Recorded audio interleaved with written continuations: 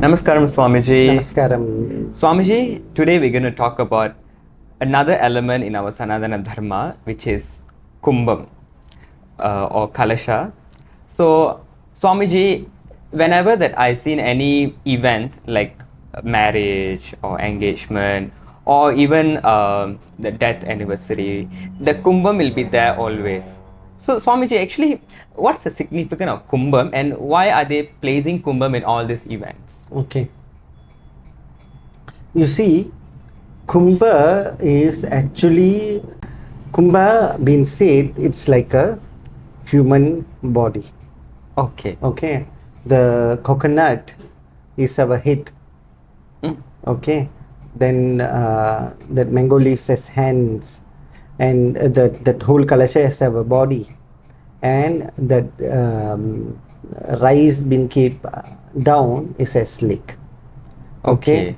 Then and it's we say purna when the kumbha. Okay, we say purna kalasha. Okay, purna kalasha means that which is purna, to show us that everything in this world is complete itself.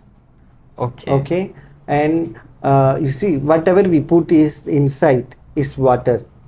Okay, our body also made 75% of water, 3/4 is water, and the vasana dravya which put like saffron, then jadikai, ilachi, all that, cardamom. Okay, all this is actually our vasana itself. Okay. So we always see God. Okay, we give lot of rupas. They have come in all this form only, like a human body. So we see this kalasha as a body of God. Okay. So whenever the Purna Kumbha been kept, we should respect that Purna Kumbha as God himself have come there. Okay, Swamiji, that means the Purna Kumbha that we keep, the Purna Kalasha, that means represent of a particular deity that present there. Yes. Okay. So Swamiji, let's say if anyone can set up a kumbha and keep, or do they have to call a priest and have to set the kumbha? If you are doing puja, the kalasha been set up for a puja. Okay, you want to do prana pratishta, you want to do some kalasha puja and do abhisheka, then if you know mantra you can do by yourself.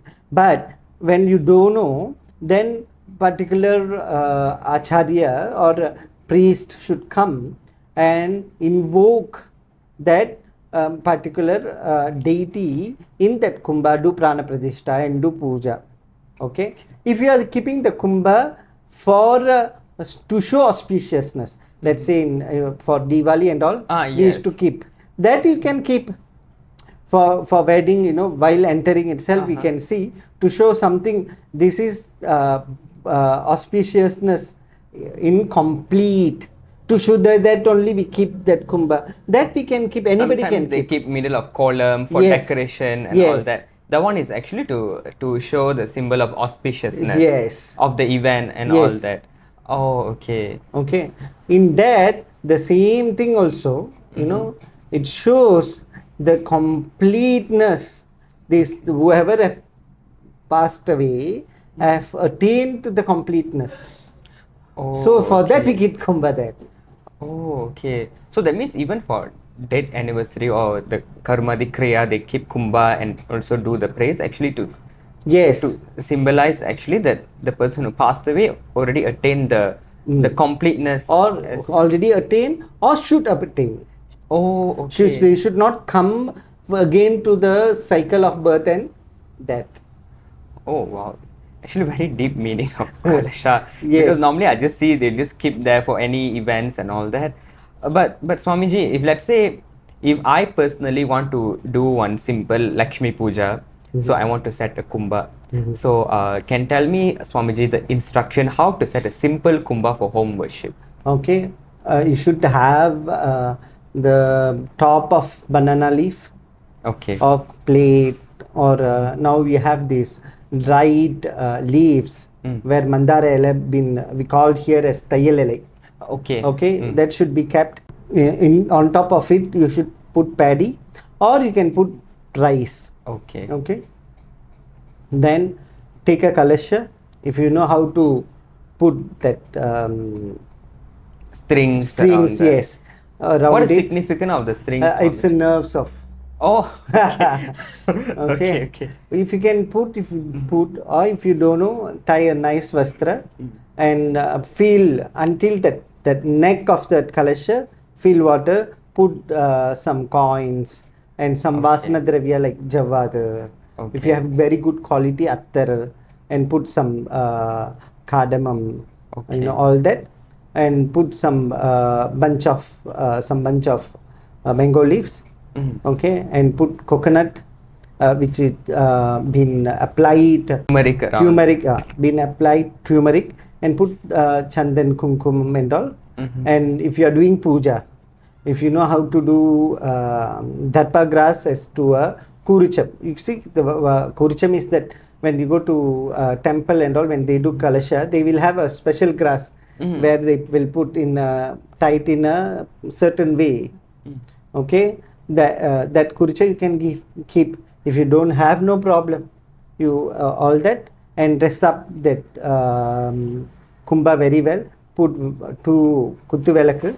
Okay. Then the whole setup is ready for puja now. That's a simple setup. Some very simple setup where you can do. The kurcham is actually represent what, Swamiji? The Actually, dharpa grass have a very special power where it can get you good vibrations. Okay, whenever you do mantra, even jala also we pour, because Abhisheka and all happen, we chant lot of mantras. okay. Okay, even in Agni Karya, when we do Kumbha Puja, we do lot of mantra. How the jala been energized. Okay, we do lot of mantras, then these dharpa grass will able to bring these mantra, the vibrations of mantra to the water.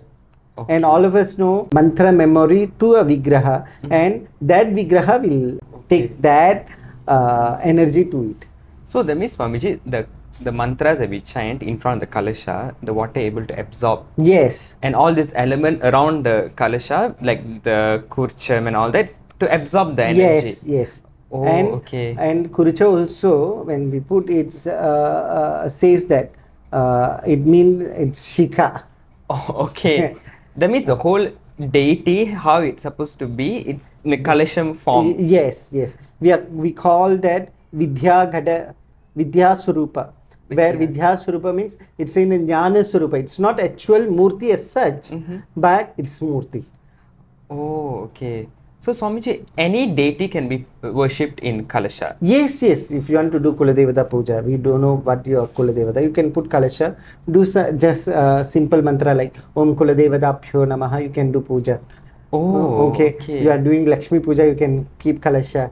You are doing Ganesha puja for Ganesha Chaturthi. You don't want to keep Ganesha as such, but you want to keep you know, so you want, because you know, in our daily life too, when we put vigraha and all, we have to do puja. If you do kalasha, then you can remove it very fast. So you can do for Ganesha Chaturthi, you can do puja for in Kumbhasa Ganesha. For any deity you can do. So, Swamiji, let's say I keep kumbha, I do pray puja and all that. So after the puja, the water, what I should do, and then the coconut and all that, should I throw it, or what can we do about it? These leaves and all you have to put near the tree and all. That water can be sprinkled over all your house. Oh, okay. And can use for bathing also. Nowadays mandi bunga is very famous, but this mandi bunga will be very good because it's energized by mantras. Okay, actually that mandi bunga in our culture, it's taking bath with this energized water. There is nothing called as mandi bunga as such. If you want to say mandi bunga in our culture, is to take bath with this energized water by mantras and all.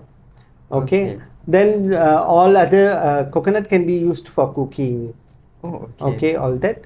and all other element of it can go to a trees, because nothing to be wasted. Everything will become, you know, when you put to tree, and it will become you know, fertilizer for trees also. Yes. Okay, Swamiji, this one I'm talking about like 1 day puja for Kalasha Puja. If let's say I want to keep for 9 days, some I also heard that in Kalasha they fill the Kalasha with rice. I mean the rice for the puja, all that. What is the significance? Swamiji? Okay, actually, if they come keeping Kalasha for long, Okay. okay, let's say they actually, according to Tantra, we can keep a Kalasha until 10 days. 10 days. Okay. 10 days. After that, the whatever water will get spoiled. So we can't keep more than 10 days. Okay. Okay, so 10 or 11 days maximum, more than, not more than that. So when they don't want to get that water spoil, they will keep for a month, or they keep changing the leaves, coconut and all every month. Okay. Okay, so what they will keep for a month. So you can fill that with rice and keep it. Okay. That can be used for sprinkling, for taking bath and all. That you can use back for cooking. For cooking. Okay. Yes, that system is there. But if you are keeping more than 10 days, 11 days, then you have to keep the Kalasha with rice and all. Okay, because Navaratri normally they keep for 10 Yes. days, so that one recommended to keep water. Yes. If more than that, you can keep rice, Yes. grains, and all that. And nowadays, a lot of people keeping Purna Kumbha in their puja room and all. Okay. That we should change the coconut, the leaves and all. Every week we have to change it. Every week have to change. Yes. Keep. Even the rice have to change. No, Swamiji. rice you can keep. Okay. But rice should not get that particular bug will come. No. Oh, okay, So okay. you should not keep until the bug come. So at least 2 weeks once, or at least 1 month once, you have to change the rice and put new rice. And the old rice should not be thrown. It should be used for cooking. Cooking. Okay. Okay. Alright, Swamiji. I think I'm done with my questions, and I'm a bit clear about this Kalasha or Kumbha. And thank you so much, Swamiji, for the answers. Thank you. Thank you very much. Namaskar.